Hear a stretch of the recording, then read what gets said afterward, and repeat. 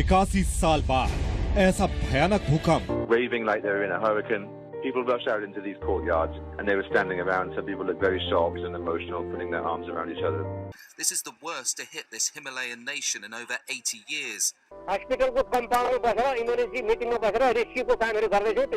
here there were hundreds of people on the stairs of this tower, inside the tower as well. 之后还有多次余震，人口稠密的加德满都伤亡惨重。Big avalanches coming down of those phases. People panicked, they ran helter skelter. 珠穆朗玛峰也因此出现雪崩，至少有18人丧生。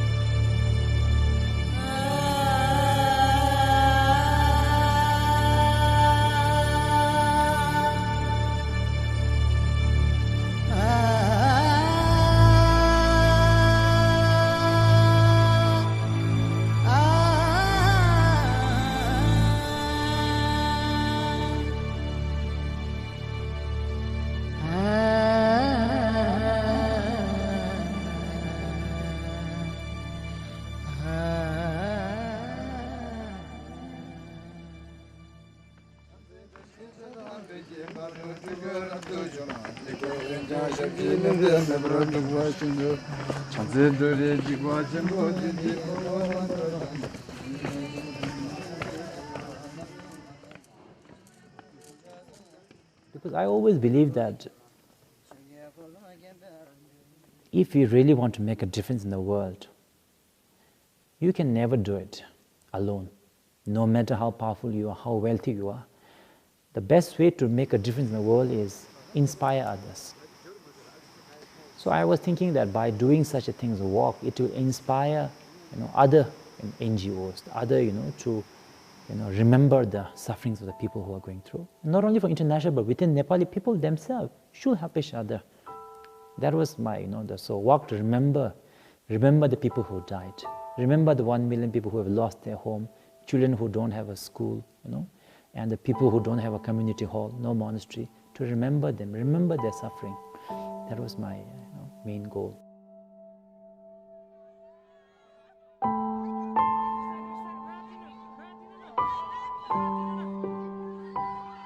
On 25th April and 12th May 2015, the timeless truth of impermanence taught by the Buddha came alive. And in its wake left 1.2 million Nepalese homeless.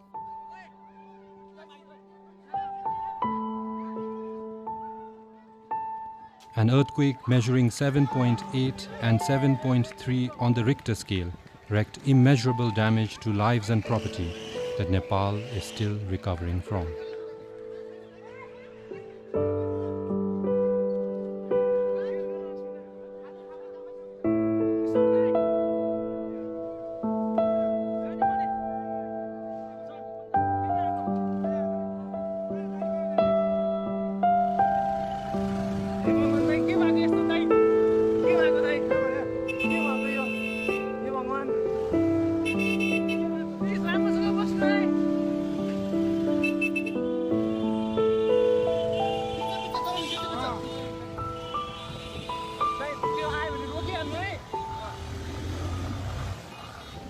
other padayatras, also I always felt that we were doing something meaningful. When we were doing the walk in Ladakh, I think it was because Ladakh and Himalayan region, especially where we were walking near the glacier rivers.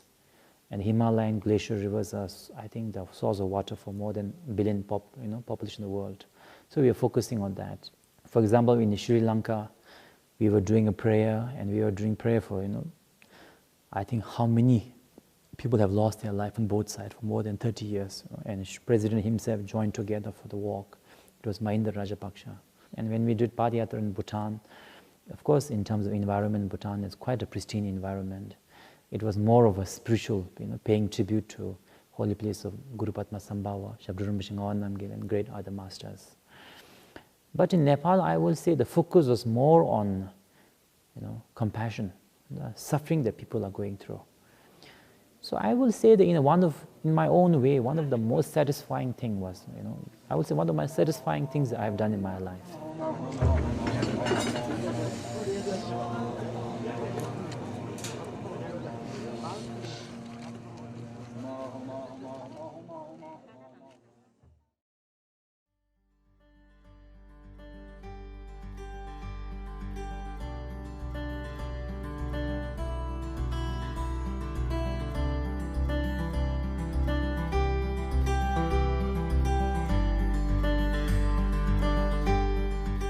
A 450 kilometers long Padyatra was organized jointly by Live to Love and Drukpa Nepal, called A Walk to Remember Nepal. I used to see the videos of Padyatra before His Holiness Gyalwang Drukpa in Ladakh and in India.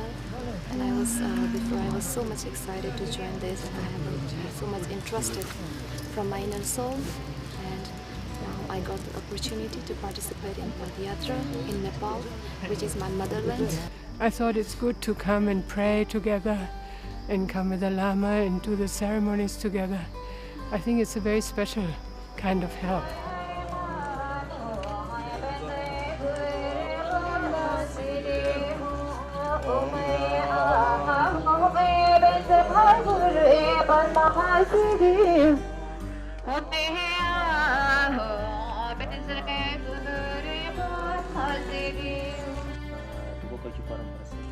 This yatra was conducted in the most severely affected areas of the Sindhu Palchok district in Nepal.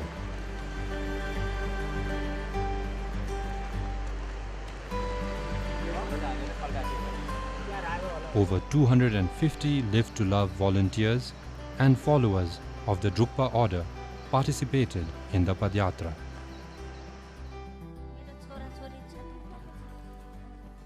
The walk was led by His Eminence Gelwa Dokamba of the 1,000-year-old Drukpa order, based in the Himalayas. One of the most amazing things that I saw during the Nepal Padyatra was that in terms of material loss, they don't have a shelter. But in terms of a spirit, I found that they were quite in good spirit. And I think that is very important, that to be when we are facing difficulty, to keep our spirit, especially our spirit of helping each other.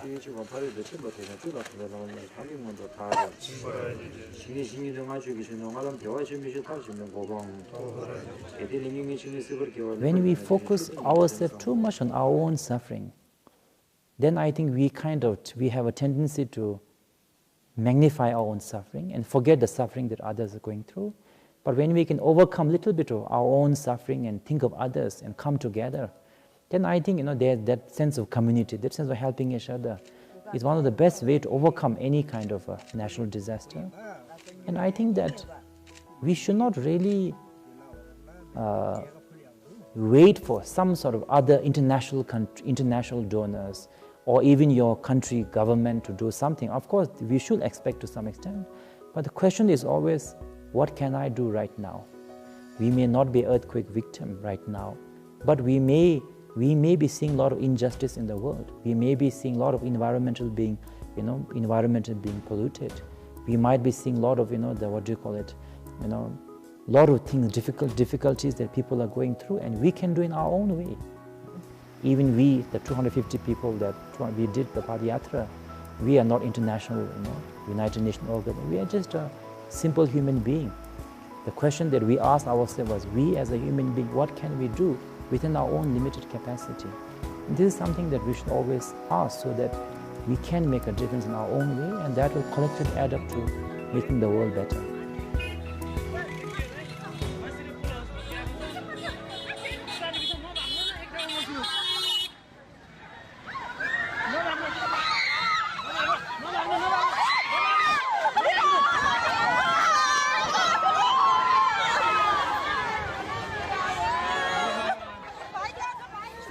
While life could not have chosen a more heart-wrenching way to remind us of how frail we and the world we live in is. In the spirit of what Rinpoche says, the selfless efforts of a group of dedicated Buddhist monks and nuns of the Druk Amitabha mountain, popularly known as the Kung Fu nuns, show us what compassion in action is.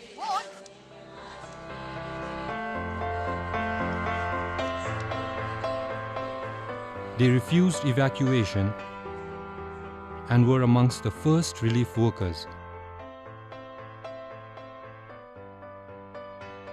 distributing food, medicine, and essential supplies to the villagers in need. Even as the ground continued to shake with intense aftershocks. They also spearheaded efforts to rebuild hundreds of homes and a community hall for shelter in partnership with Live to Love International.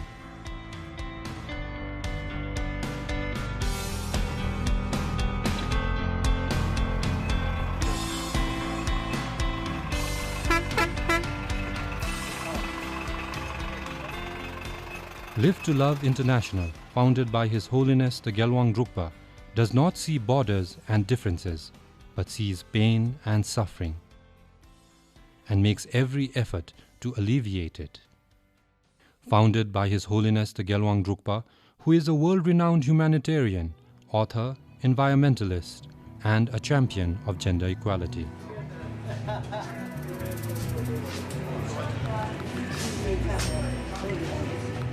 I am going around the world promoting the idea of Live to Love. This is a key point that we have to understand, that we are actually living in this world to love. Now it is the time for us to bring the result out of the meditation and out of practices of compassion and loving. And the result is action of love. We have to live in this world to love, not to hate. His Holiness is also a recipient of the United Nations Millennium Development Goals Award and India's Green Hero Award.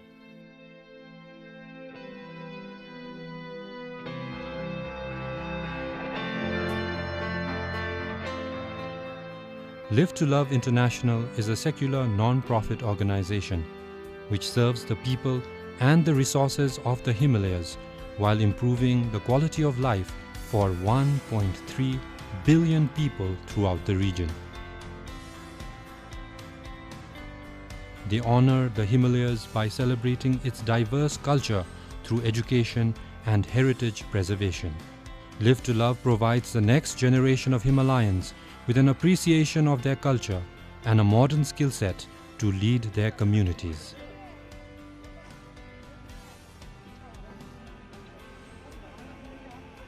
Two Hollywood stars, Suzanne Sarandon and Michelle Yeoh, global ambassadors of Live to Love International, also visited and lent their support to Nepal. Michelle Yeoh, in fact, was in Nepal during the earthquake. It's about 2 weeks ago when the first earthquake struck, and I was at that time in Kathmandu. At that present moment, all I could remember was being ushered out of the room where we were, because it happened very quickly. I don't think any of us was really aware, because there was no warning. It just hit us, basically. I think I conquered the biggest thing, which was fear. I felt there was no need to be afraid. It was very important to come back. To show the appreciation for the people who took such great care of us, and to show the people here in Nepal that we care.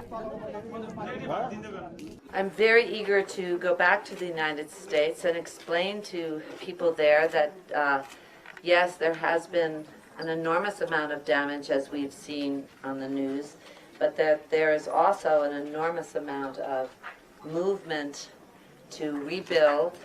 And what I like about this project is that everyone gets to rebuild their homes and to have possession of their homes and to make them even safer than they were before, but we'll design them the way they want to be designed. In the immediate aftermath of the earthquakes, Live to Love built over 200 earthquake and wind-resistant residential structures, as well as engaged in relief work in the worst affected settlements. We would love your communities to join and be a partner with us, because this is not just about Live to Love, this is about so many different communities and so many different parts of Nepal and so many different parts of the Himalayas. So if you're Live to Love International, in partnership with Drupa Nepal, are carrying out commemorative efforts to raise funds and awareness. All the organizations come together so that we can all help each other fundraise and help each other raise awareness and show New York City how powerful and big the Himalayan community really is.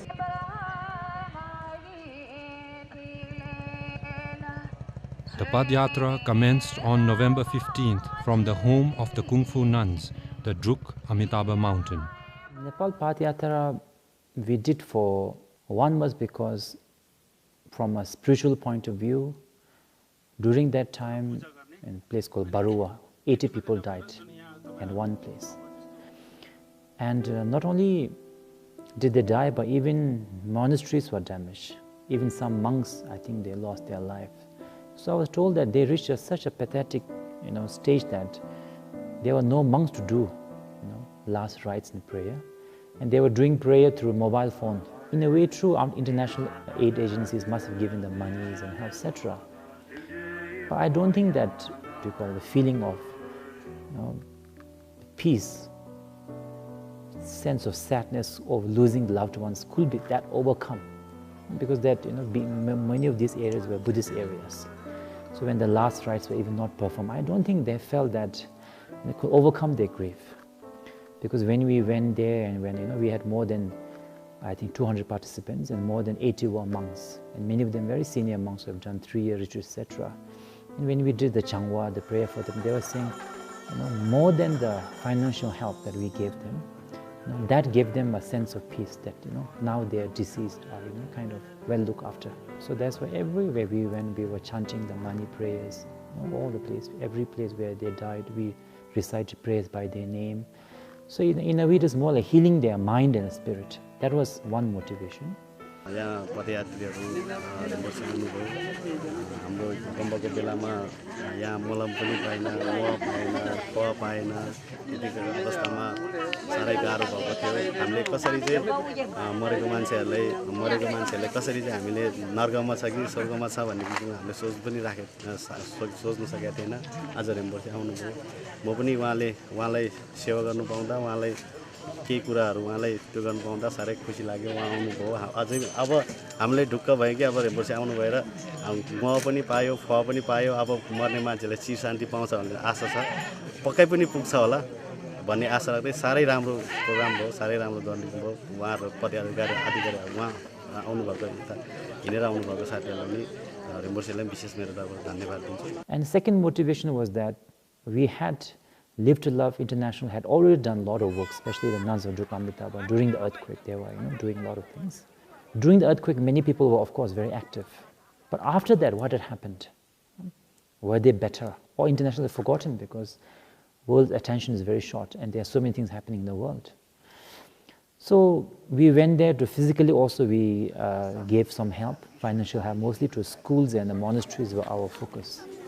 Because school is the education, which gives them the ability to survive in the world. And monasteries are where I think their education of the heart comes. And also I found out that many places where monasteries were damaged, they were saying that monastery is not just a monastery but a community hall. When the people die, that's where they come together, pray. When they have a marriage ceremony. So when they lose a monastery, it's like losing a, like a community has no place to gather. No sense of community was being lost. So we were helping them financially also. Whatever money we raised, we helped them. But lastly, most importantly, my motivation was that I want to raise awareness of the world. Because that time it was, I think, more than a year had passed. I think a year about to pass. And more than 1 million people had lost their homes. And even after, I think at that time, even after when you went that time, people were still living in the shelters. The world had forgotten about them. Nepal is home to the tallest mountain in the world, the Mount Everest. The people of Nepal have shown to the world that while the earth may shake their homes and break their hearts, they will not allow their spirits to be broken. There's something that is so beautiful about the Nepali people. They celebrate the Dasain holidays, the harvest holiday, and the New Year holiday. And they get on with the life with a very courageous spirit. We call in English, we call resilience. So they come out of the trauma and the tragedy with some kind of encouragement just from life itself. And so they're actually a very big model for the rest of us. I feel that usually when we do, when we do meditation we always talk about compassion. We talk about being selfless, and not consuming too much so it doesn't harm the environment. But often it doesn't really translate into action. And I found out that through my own experience, when we do go on the Padayatra, we are consuming less because we are just consuming what we have on our back. And we are going by walk, so we are not, I think, carbon neutral, like I say, zero carbon footprint. And in terms of practice also, I think that when hundreds of people have to go together, and there is a time that you do need a lot of selflessness. Of course, when we do prayers and all of that, we Buddhists, we talk a lot about compassion and etc. But sometimes I find that it becomes a lot of theoretical. And we get lost, and sometimes we get lost in the trappings of the religion, trappings of Buddhism. It's, for example, I always say that, how can you say that I'm chanting Om Mam Benza Guru Pema Siddhong, Benza Guru Tum is happening, yet in front of your eyes, animals are being killed, people are hungry, rivers are getting polluted, and fishes and all being. Yet you just want to do Benza Guru. It's just that. So sometimes I feel that if we are not careful, we become kind of pretend spiritual practitioner. So at least for me, it doesn't really matter, the religious forms or it doesn't matter. But what matters to me, for me, the essence of spiritualism is to be able to make a difference in the life of others. As long as you are doing this, you are on the right path. Whether from outside how you look doesn't matter. If you're not, then I think if whatever you are doing is not benefiting others, in my view, I think we have lost the track. So, for example, in Padayatra, we have a joke saying that in the Padayatra, the one who reaches the first is the loser. Because that means you didn't care about your fellow Padayatris, but just you want to reach first. So in generally speaking, I find that Padayatra is a kind of place where practice is not just chanting, visualizing, but you are really interacting with the world and nature and putting into practice. So I will say one of the Nepal Padayatra was one of the most meaningful things that myself and all the yatris could do. So it's been very, awakening kind of experience, and thanks to Live to Love, and I know like Carrie Lee and the president and the International Live to Love organization and all the different branches worked so hard, and they did such a great job to organize also with the Bhutanese group leading and all the local logistics leaders to organize so that when we meet people in the village, we get a chance to interact with them and then give some small support, then invite them to come into partnership for bigger projects to reconstruct. So it's a very wonderful chance.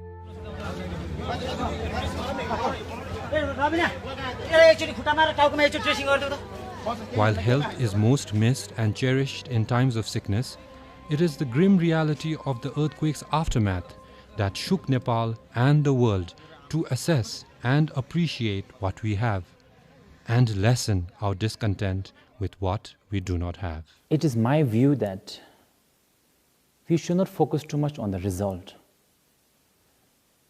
because result is something that is dependent on so many people's karma or causal conditions which are beyond ourselves.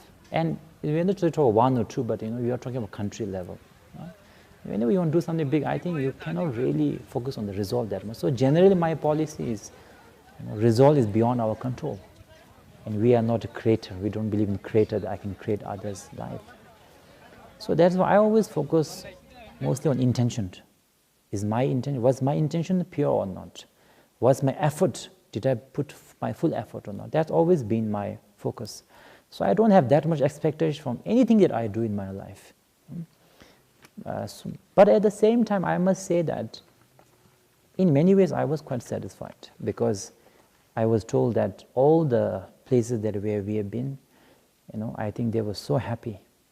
They were so happy that, as I was saying earlier, that more than the financial help, that more than 80 monks and 200 participants walked all the more than 300 kilometers, did prayer, did chanting, gave them consolation, and I think they were really happy. I heard they were saying that usually we have to invite the monks and do some offering, and this time the monks themselves were coming, doing prayer and giving us. I think they were really touched, because I remember one incident that in this place called Parua, where more than 80 people died. So organized in such a way that we were staying only for one night. So I was complaining to them, I said, no, this is not good. This is the place where 80 people die. How can I I arrived like in the late night, just do short prayer and then go. I think I must stay one more night. And that time the fuel shortage was going on. So they were saying, okay, because I was quite stubborn. So they were saying, okay, Rambush, if you are that stubborn, okay. What about food? We have no food. So I said, doesn't matter, we go, we eat less. Then later tomorrow we stayed one whole extra day from morning to night. We did the Changwa very elaborately, did a prayer, joined of them so nicely. And they were, we're so sad also, because all the people, when I talk to them, they've lost their father, mother, brother, sister. But in a way very, kind of satisfying that we could do something for them from spiritual point of view as material. And the next day, I was telling them that what happened? We don't seem to have food shortage problem. And then we found out that it was the earthquake victims who fed us. Each of them from all small houses, they all bought, little bit of potato, and we had more than enough. And we found out that the earthquake has damaged the house, but not the farm. So they didn't have food shortage problem. They just didn't have a shelter.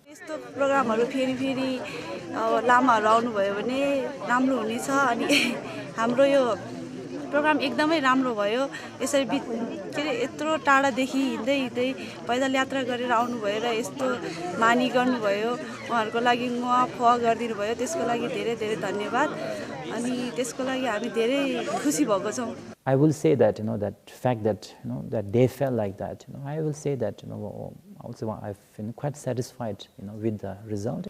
And also after that event we inspired by the walk. Live to Love International in New York also organized a walk on anniversary of the earthquake. So we had more than 2,000 participants in New York from Himalayan country, including Bhutanese, and all of them came together and did a walk in New York to remind the world again, where everybody is so busy, and could come together beyond religion, beyond just on the basis of humanity and compassion. I will say that it's success. The Nepal Padyatra concluded on the 23rd of November in Chautara, the district headquarters of Sindhu Palchok. I want to appeal not just to the governments or NGOs or maybe the international community, but actually to every people who has a house. We should remember people who are living in a shelter, 1.2 million Nepali, how they are surviving. Every parent who are sending their children very nicely to the school in a very nice uniform. We should remember the thousands of schools destroyed and how many school children are surviving, in what kind of shelter they are studying. And many of us who have our own mandis, nice mandis, beautiful mandis, doing our marriages, doing our gewa, whatever. Let us remember how many other people have lost their spiritual heritage. They have no refuge. So my appeal is not only to the government, NGO, but every one of us. Because I believe that every one of us can do our own small ways to help. Media can help in their own way, individual can help in their own way, monasteries can help. Every individual have their own way of helping. And while we may never be able to assess or quantify the actual impact of the devastation inflicted by the earthquakes, the United Nations estimates that as many as 8 million of the 28 million Nepalese population have had their lives disrupted by the earthquakes. For the victims of the earthquake, to those that we could meet personally, and many of those we could not meet personally, I want to say that from our side, from the Live to Love International, from the participants, Padayatras, from myself, in terms of our prayer, even though we could not go every part of Nepal, we did our prayer, keeping all the people who lost, more than 10,000 people lost their life, we did our prayer. In terms of effort also, we are definitely going to continue to our best. To all the participants that accompanied us, I think that this is a moment that I think we should cherish, because among all the achievements that we may have in our life, is nothing compared to achievement of having a meaningful life, a moment of our life where we could make a difference in the life of others. Especially during the Padayatra, we could make life in a way, life of millions of victims, be it through the media, be it through our own effort. And that is something that we should cherish. But not only cherish, but I think that not just cherish and forget. But I think this should encourage us to do further more meaningful things in our life. And it is always my own aspiration that even though we may not be able to do 100% meaningful life, but I think at least 50% meaningful life. 50% selfish, 50% meaningful life, and making a difference in life of others. Then I think our life, anyway, life is going to be, in a way, seizing every second. Life is going to end sooner or later for all of us, but I think we will have a kind of a satisfaction that our life had a meaning for others. And I think also that now with the global, climate changes, all of us has to be ready to face these difficult challenges, every part of the world. And I think that one of the best way we will be able to face this challenge will not necessarily be making our house stronger, putting more steel, getting the expert engineer. But I think we can face this when we are ready to expand our heart and say that when these natural disasters happened, I am going to help others. I am going to, within my own power, within my own capacity, at least within my own area, I am going to be there to help others, to make a difference, to support each other, and inspire others to do the same. And this is, I think, how we can be ready for the natural disasters that may happen in any way, in any corner of the world.